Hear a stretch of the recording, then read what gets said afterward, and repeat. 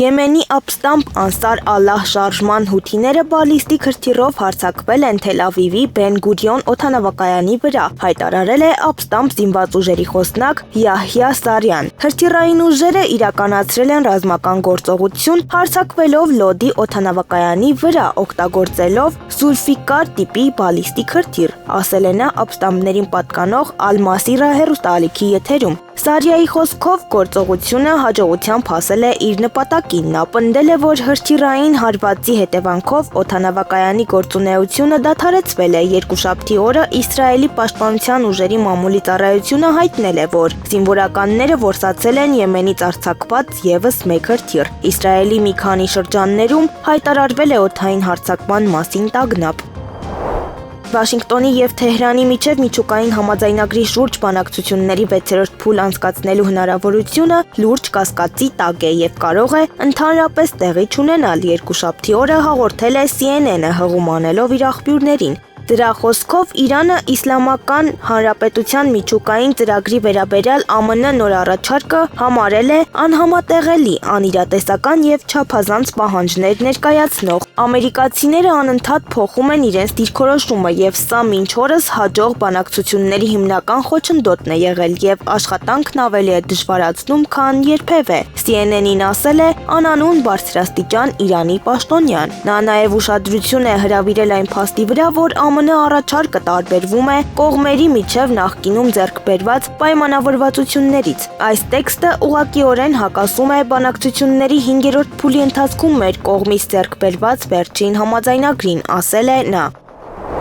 Սպիտակ տունը ներկայացրել է Միացյալ Նահանգների նախագահ Դոնալդ Թրամփի թարմացված դիմանկարը։ Այս մասին հաղորդվել է Սպիտակ տան X-ի պաշտոնական էջում։ Հենց նոր հրապարակվել է նոր պաշտոնական դիմանկար, ասվում է հայտարարության մեջ։ Այն պատկերում է Թրամփին սև ֆոնի վրա, որի խորապատկերին բացակայում է ամերիկյան դրոշը։ Միացյալ Նահանգների 47-րդ նախագահի փոխկապը նույնպես կապույտից փոխվել է կարմիրի։ Փոխնախագահ J.D. Վենսի եւ առաջին տիկին Մելանիա Թրամփի դիմանկարները չեն փոխվել։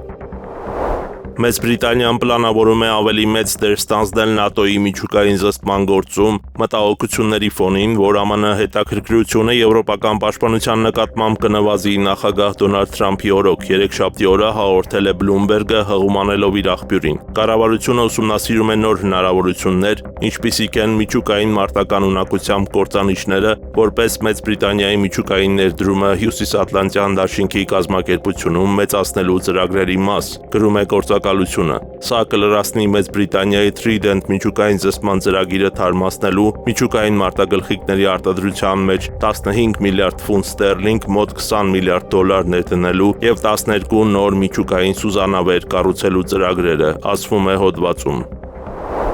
ԱՄՆ նախագահ Դոնալդ Թրամփը հայտարարել է, որ երկրի զինված ուժերը պատմության մեջ աննախադեպ տեմպերով են համալրում իրենց զենքի զինանոցները։ Ես հենց նոր հիանալի զրույց ունեցա մեր զինված ուժերի ղեկավարության հետ։ Սա մեր ունեցած ամենաուժեղ բանակն է, ներառյալ այն փաստը, որ մենք զենք ենք կուտակում այնպիսի տեմպերով, ինչպիսին մեր երկիրը երբեք չի տեսել։ Գրել է նա Truth Social-ում, հավելելով, որ հույս ունի, որ իրենք երբեք ստիպված չեն լինի դրանք օգտագործել։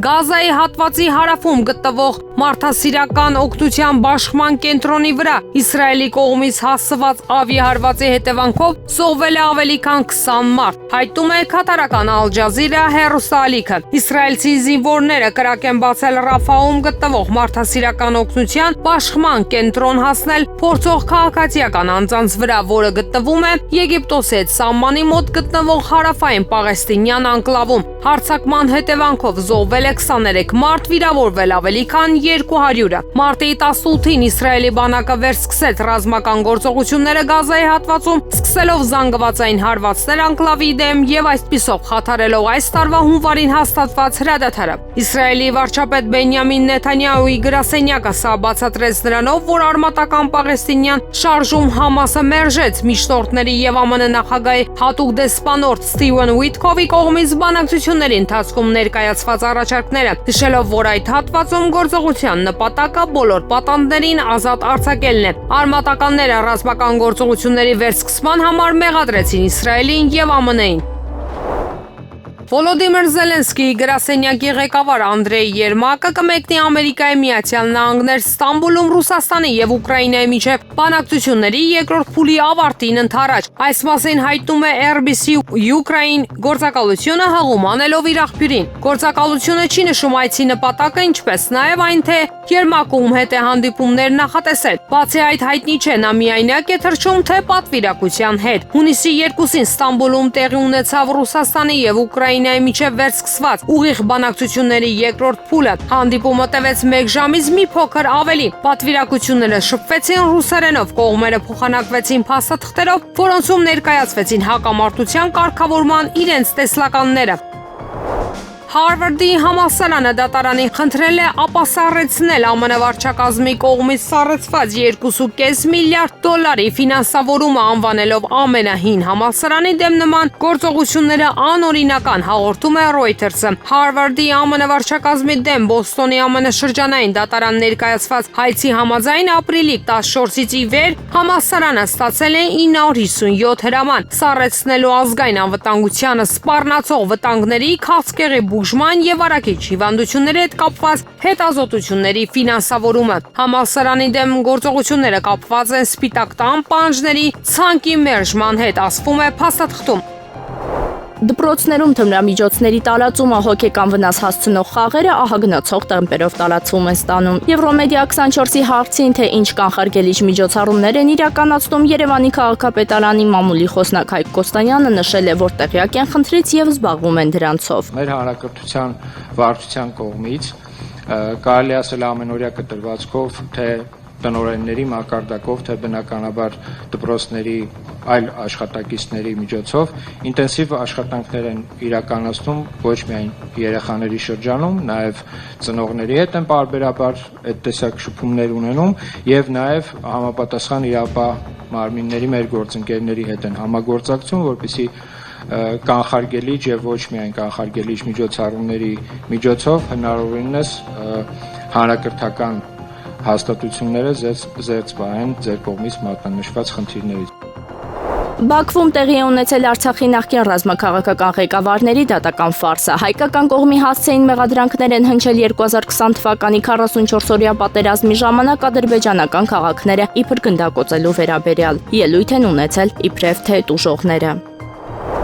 Աղանդավորների մասին լսել եք մի թթու կծու խոսք ասեն, մենակ եկեղեցուն են քննադատում։ Այս մասին Եվրոմեդիա 24-ի տաղավարում հարցազրույցի ընթացքում ասել է կամուրջ քաղաքացիական նախաձեռնության համահիմնադիր Արման Աբովյանը։ Նա նշել է, թե ինչ խնդիր է ուզում լուծել Նիկոլ Փաշինյանը եկեղեցու դեմ արշավով։ Դուք լուրջ հավատում եք, որ Նիկոլ Փաշինյանը տենց մտահոգված է եկեղեցու առողջացմամբ։ Իհարկե ոչ։ Սեք լուծվում է նաև երկրորդ հարցը, բացի գլոբալ թուրքեր եւ ադրբեջանցիների ուղիղ հրահանգը կատարելու, այս մարդիկ նաև լուծում են հետեւյալ խնդիրը։ Նախկինում մեղավոր էին նախկինները, հետո կոռուպցիոներները, հետո ռուսները, հիմա եկեղեցին, հասկանում եք, այսինքն բոլոր գործընթացները նախընտրական ինքը նեգատիվի վրա է կառուցում։ Քաղաքացիական պայմանագիր կուսակցությունը պոզիտիվի վրա չի կարող ոչ մի բան անել, ինքը պետք է նեգատիվի վրա մարդկանց գժվցնի, գազազացնի, իրար դեմ հանի,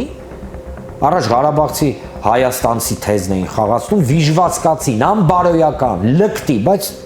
ստացվեցին այս մոտ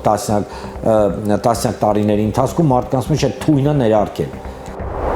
Երևանի քաղաքապետի մամուլի քարտուղար Հայկ Կոստանյանն այսօր հրավիրված մամուլի ասուլիսի ժամանակ անդրադարձել է մետրոյի Աջափնյակ կայարանին։ Նա մանրամասներ է հայտնել, թե երբ պատրաստ կլինի այն։ Մեր պատասխանը հիմնականում լինում է հետևյալը, որ աշխատանքներ են իրականացվում այդ ուղղությամբ, որովհետև տեսեք էլի ինքը պայմանական մի փողոցի բարեկարգում չէ, էլի որ ծրագիրը դնես, նախահաշիվդ պատրաստես ու չգիտեմ, մի քանի ամսից աշխատանքները սկսես։ Ես գիտեմ, որ ինտենսիվ աշխատանքներ այդ տեսանկյունից իրականացվում են դարձյալ մեր ձիգ հողակի կողմից, եթե նկատել եք ինչքան տենց խոշոր ծրագրեր կան, հիմնականում իրականացվում են մեր ձիգ հողակի կողմից եւ ես վստահ եմ, որ առաջիկայում մենք արդեն առարկայական բան կունենանք ասելու, որովհետեւ այն պարբերաբար զեկույցները, որ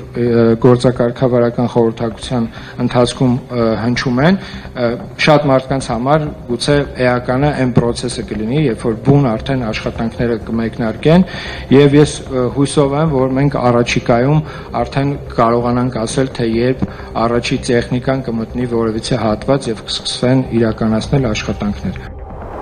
20-ամյա հայ բասկամարտիկ Արման Մրտեյանը Եվրոպայի առաջնությանը 60 կիլոգրամ քաշային կարգում նվաճել է հերթական ոսկե եւ արծաթե մեդալները ձախ եւ աջ ձեռքերի մրցապայքարում։ Մրտեյանը ձախ ձեռքով 2 անգամ հաղթելով թուրք մրցակցին 7-րդ անգամ դարձել է Եվրոպայի չեմպիոն։ Աջ ձեռքի մրցապայքարում երիտասարդ մարզիկը դուրս է եկել եզրափակիչ փուլ, բայց ստացված վնասվածքի պատճառով եզրափակում է մրցակցությունը երկրորդ տեղով, այս անգամ նվաճելով արծաթե մեդալ։ Արման Մրտեյանը մրցում է մինչև 23 տարեկանների տարիքային խմբում։ Եղանակը առաջիկա օրերին։ Երևան քաղաքում հունիսի 3-ից 3-ը 4-ին 6-ին կեսօրից հետո սպասվում է կարճատև անձրև եւ ամպրոպ։ 7-ից 8-ին սպասվում է առանց ստեղումների եղանակ։ Հանրապետության տարածքում հունիսի 3-ից 3-ը 4-ին շրջանների զգալի մասում, 6-ին գիշերը եւ կեսօրից հետո, 7-ին կեսօրից հետո առանձին շրջաններում սպասվում է կարճատև անձրև եւ ամպրոպ։ Հնարավոր է նաեւ կարկուտ։ Հունիսի 3-ից 3-ը 4-ին առանձին հատվածներում անձրևները կլինեն հորդառատ։ Հունիսի 5-ին եւ 8-ին սպասվում է առանց ստեղումների եղանակ։ Օդի ջերմաստիճանը հունիսի 3-ից 4-ին աստիճանաբար կնվազի 6-ից 9 աստիճանով։ Հունիսի 5-ից 8-ին աստիճանաբար կբարձրանա 5-ից 6 աստիճանով։